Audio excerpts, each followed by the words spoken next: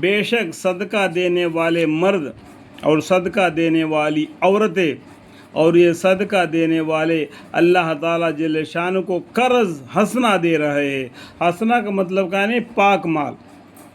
ان کا ثواب بڑھایا جاوے گا اور ان کے لیے نفسی عذر ہے۔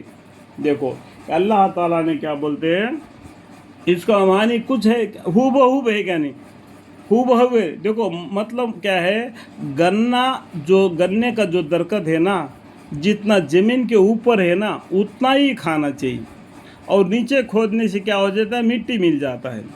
اسی طریقے سے ہم نے قرآن کا معنی کو ایسے ہی پڑھتے چلے جائے نا، جو سمجھ میں آ جاتا ہے۔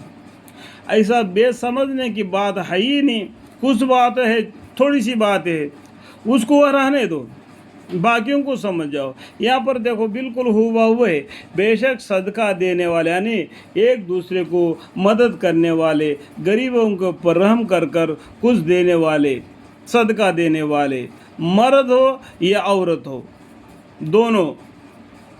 دونوں کو بھی ثواب ہے۔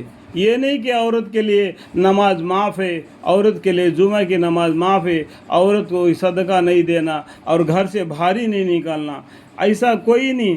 گھر کے سامنے کوئی سائل آتا ہے وہ اس کو صدقہ دے سکتی ہے، تو بے شک صدقہ دینے والے مرد اور صدقہ دینے والے عورتیں اور یہ سب صدقہ دینے والے اللہ جل شانہ کو قرض حسنہ دے رہے۔ دیکھو کیا قرض کا مطلب سمجھ گیا؟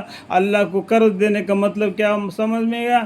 اللہ کا قرض دینے کا مطلب کیا ہے؟ یہ صدقہ دینا ہے، یہ حسنہ صدقہ یعنی اچھا مال جو اپنی محنت سے کمائی مال کو دینا ہے۔ اللہ تعالیٰ پاک ہے اور پاک مال کو پسند کرتے ہیں، ان کا ثواب بڑھایا جائے گا اور ان کے لیے نفیس اجر ہے، ان کے لیے اللہ تعالیٰ کے پاس میں بہت سے اجر ہے، وہ ان کو ملے گا، اور ان کا آنکھوں کا ٹھنڈک ایسا رکھا ہے اور ان کو معلوم ہی نہیں کہ اللہ تعالیٰ نے کیا کیا چیزیں ان لوگوں کے لیے اللہ تعالیٰ نے الجنت میں جمع کر کے رکھ دیا۔